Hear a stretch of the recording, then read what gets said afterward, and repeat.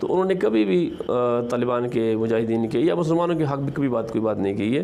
وہ ہمیشہ سے ان کے خلاف ہی بات کرتا رہا, اور اسی وجہ سے اس کا نقصان بھی امریکہ کو اور ان کو اٹھانا پڑا, نیٹو کو, کہ چونکہ میڈیا اصل حقائق سے دنیا کو آگاہ نہیں کیا. یہ آج جو بات چل رہی ہے کہ طالبان نے چند دن میں پورے افغانستان پہ قبضہ کر لیا اور وہ کابل بھی قابض ہو گئے, اور وہاں افغان جو فوج تھی وہ مسلسل چند دنوں میں شکست سے دوچار ہو گئی.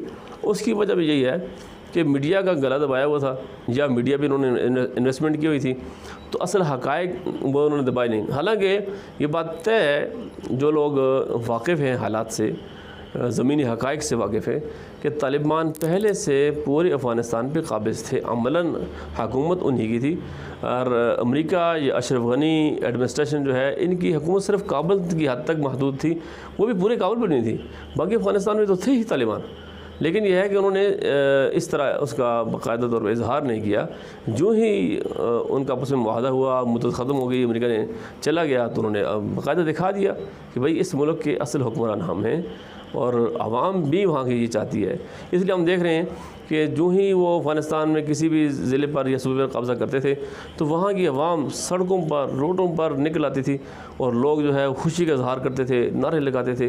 آج کابل میں ایسے ہوا کہ لوگ خوشی سے لوگوں نے نعرے لگائے, اور لوگ طالبان کے مجاہدین کے ہاتھ چومتے تھے کہ لوگ, تو اس کا مطلب یہ ہوا کہ لوگوں کے دلوں میں وہ لوگ لوگوں کے دلوں میں سمائے ہوئے ہیں, لوگوں کے دلوں میں بستے ہیں. تو یہ جو میڈیا کا پروپیگنڈا تھا, سارا منفی پروپیگنڈا رہا ہے. میڈیا نے دنیا کو اصل حقائق سے آگاہ نہیں کیا, اور اسی وجہ سے امریکہ نے نقصان اٹھایا اور خوب مار کھائی, اور پھر ذلت اور رسوائی کے ساتھ یہاں سے اسے جانا پڑا. تو امریکہ نے کیا کیا, افغانستان میں آ کے بمباری کی, عورتوں کو مارا, بچوں کو مارا, شادی کی تقریبات میں بمباری کی. عراق میں آپ دیکھیں کتنے سارے لوگوں کو, بے گناہ لوگوں کو مارا. لیکن اسلام ہمیں درس نہیں دیتا. اسلام یہ کہتا ہے کہ جو جنگ کرتا ہے, جو لڑتا ہے, تو اس کو تو آپ کریں, لیکن جو لڑ نہیں سکتا, جیسے خواتین ہیں, بچے ہیں, یا بوڑھے ہیں, یا جو نہیں لڑ رہا آپ سے, تو اس کو آپ قتل نہ کریں. تو اس لیے انہوں نے, طالبان نے, اور یہ بالکل اس کی مثال تو ہمیں سیرت سے ملتی ہے کہ اللہ کے رسول صلی اللہ علیہ وسلم نے جب مکہ کو فتح کر لیا, تو اس کے بعد جب مقصد تو قتل و غارت نہیں تھا, مقصد تو لڑائی نہیں تھی, مقصد جو فتنہ برپا کیا تھا مکہ میں لوگوں نے کفر اور شرک کی وجہ سے, اور عام لوگوں کی زندگی اجرن تھی, تو اس فتنے کو ختم کرنا تھا. جب وہ فتنہ ختم ہو گیا, فتنہ بعض لوگ شرنگیزی کرنے والے جو لوگ تھے, وہ جب مفتو ہو گئے, وہ مغلوب ہو گئے, ان کی کمر ٹوٹ گئی, تو پھر اللہ کے رسول صلی اللہ علیہ وسلم نے مکہ والوں کے لیے عام معافی کا اعلان کر دیا. وہ لوگ جنہوں نے آپ صلی اللہ علیہ وسلم کو مکہ سے نکالا تھا, ظلم و ستم کے پہاڑ توڑے, ان کو بھی معاف کر دیا. طالبان کے اوپر بھی ایسے ہی ہوا. دشت لیلا اور اس سے علاوہ جو بہت سارے ایسی کارروائیاں ہیں جو امریکہ نے اور افغانستان کے جو ان کے مخالف گروپس سے انہوں نے جو کی, تو بہت ظلم و ستم کے پہاڑ توڑے. لیکن اب جب طالبان آئے, تو طالبان نے سب کے لیے عام معافی کر دیا. تو یہ اسلام کا درس ہے, اور یہی اصل میں طالبان دکھانا چاہتے ہیں کہ ہم, جو مغربی میڈیا نے ہمارے بارے میں ایک منفی تاثر پہ دے دیا لوگوں کو کہ یہ خونخوار قسم کے لوگ ہیں, شاید وحشی قسم کے لوگ ہیں. ایسا نہیں ہے, وہ بہت پیارے لوگ ہیں, اور وہ اسلام کو مکمل فالو کرتے ہیں, سیرت کو مکمل فالو کرتے ہیں. اس لیے کوئی بھی بات ان کی ایسی نہیں ہے. اب بھی آپ دیکھیں بہت سارے لوگ جو بہت نامی گرامی تھے, جنہوں نے طالبان کے خلاف بہت زیادتی بھی کی, لیکن یہ کہ طالبان نے جب گورنر اسماعیل تھے ہرات کے, ان کو کتنے عزت کے ساتھ, بڑی عمر کے تھے, احترام کے ساتھ ان کو گھر میں رکھا اور ان کو جانے دیا, اور پھر بے شمار لوگوں کو انہوں نے اسپیس دیا. اشرف غنی جو افغانستان کا صدر تھے موجودہ, تو ان کو بھی انہوں نے راستہ دے دیا, محفوظ راستہ دیا, اور وہ آرام سے تاجکستان چلے گئے. تو طالبان ایسے نہیں ہے. اور دوسرا یہ ہے کہ طالبان کی جو حکمت عملی ہے, اس کو ذرا سمجھنے کی ضرورت ہے. طالبان یہ چاہتے ہیں کہ یار افغانستان میں قتل و غارت نہ ہو, امن و جب ہم بغیر جنگ کے افغانستان کو لے سکتے ہیں, تو پھر ہمیں جنگ نہیں کرنی چاہیے. اس سے ملک کا امن و امان تباہ ہوگا, خواہی قتل و غارت ہوگی, اور ملک کا سارا جو نظام ہے معیشت تباہ ہو جائے گی. تو طالبان یہ نہیں چاہتے، وہ چاہتے ہیں کہ افغانستان کا جو معیشت ہے وہ مضبوط رہے، لوگوں کے حالات صحیح رہیں، قتل و غارت نہ ہو، امن و امان ہو. اس لیے جب طالبان آئے تو مرفی پروپیگنڈا تو مغربی میڈیا نے کیا کہ جی پاکستان کا امن داؤ بھی لگ جائے گا یا خطے کا امن داؤ بھی لگ جائے گا. تو طالبان نے سب آس پاس کے جتنے بھی پڑوسی ممالک ہیں سب کے ساتھ تعلقات استوار کیے. چائنا کا دورہ کیا، روس کا دورہ کیا، ایران کا دورہ کیا، پاکستان کا دورہ کیا. اس طرح انڈیا کے ساتھ انہوں نے انڈیا کو بھی یقین دہانی کرائی ہے. سب کے ساتھ اپنے تعلقات کہ ہم اپنی سرزمین کسی کے خلاف استعمال نہیں ہونے دیں گے، تو آپ بھی ہمارے خلاف یعنی طالبان کے خلاف اپنی سرزمین کسی کو استعمال نہ کرنے دیں. تو ایسی کوئی بات بھی نہیں ہے.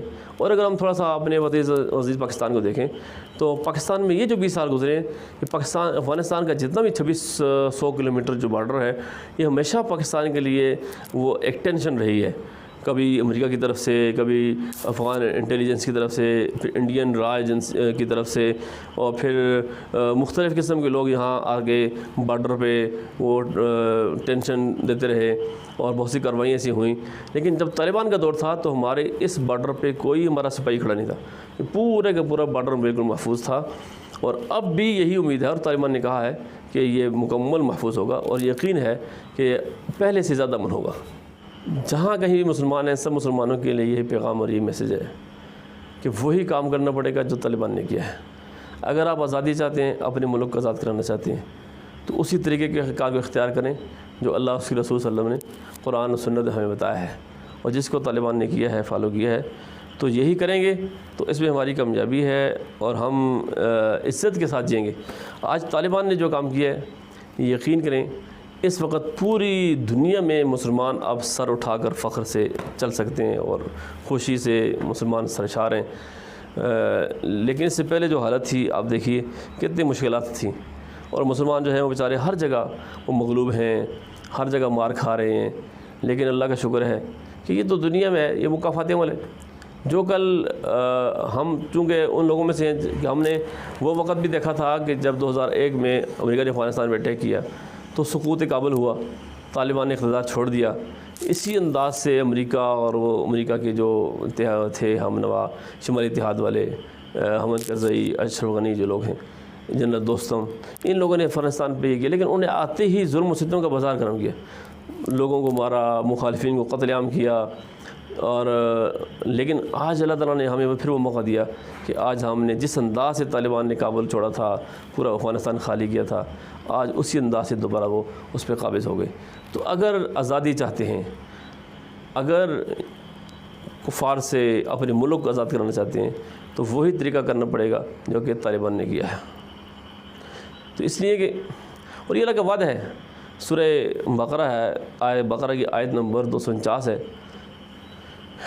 کہ اللہ جل وعلا فرماتے ہیں کم من فیۃ قلیلۃ غلبت فیۃ کثیرۃ بإذن اللہ، کہ اللہ جل شانہ بعض اوقات بہت چھوٹی جماعتوں کو بہت بڑی جماعتوں پر غلبہ عطا کرتے ہیں. اب دنیا کی ساری ٹیکنالوجی، اتنے سارے 50 کے قریب ممالک، اور دوسری طرف نہتے لوگ جن کے سر پہ ایک پگڑی تھی، پاؤں میں پھٹے ہوئے چپل، ہاتھ میں ایک تسبیح اور ایک کلاشنکوف. ان کے پاس نہ میزائل تھے، نہ ان کے پاس یہ جدید طیارے تھے، نہ ٹینک تھے، کچھ بھی نہیں تھا، لیکن ایک ایمان تھا. تو ایمان کی وجہ سے انہوں نے جنگ جیتی ہے، ٹیکنالوجی کی وجہ سے نہیں جیتی. اور ماضی میں اگر ہم دیکھیں تعداد میں، ٹیکنالوجی میں کفار ہمیشہ ہم سے زیادہ رہے. بدر کا مارکا ہمارے سامنے. تو جنگ ایمان سے ہوتی ہے، جنگ اسلحے کے زور پہ نہیں ہوتی ہے. ہاں اگرچہ اللہ نے فرمایا ہے کہ جنگ کی تیاری کرو، اسلحے جمع کرو، لیکن اصل جنگ ایمان سے ہے. اس لیے تو علامہ اقبال نے کہا تھا نا کہ کافر ہے تو شمشیر پہ کرتا ہے بھروسہ، مومن ہے تو بے تیغ بھی لڑتا ہے سپاہی. کافر کا سارا جو اعتماد، یقین وہ اسلحے ہوتا ہے، اور مومن کا اسلحے بھی نہیں ہوتا، وہ بے تیغ بغیر اسلحے کے بھی لڑتا ہے. تو اس لیے آج کی اس پروگرام کا یہی پیغام ہے، یہی میسیج ہے. تو میں پھر ایک دفعہ طالبان کو اور ساری امت مسلموں کو مبارکباد پیش کرتا ہوں کہ اللہ جل شانہ نے ہمیں دوبارہ یہ فتح عطا فرمائی. پوری امت مسلمہ کی فتح ہے، صرف ان کی فتح نہیں ہے. اور اللہ جل شانہ کی مدد فرمائے، اور کفار سے، یہود و نصارہ سے، مشرکین سے ان کی حفاظت فرمائے. بہت شکریہ مفتی صاحب، آپ نے قیمتی وقت نکال کر آپ یہاں تشریف لائے اور آپ نے اس موضوع پر انتہائی مدلل اور خوبصورت گفتگو کی. اسی کے ساتھ اپنے میزبان یونس راجہ کو اجازت دیجیے. اللہ حافظ.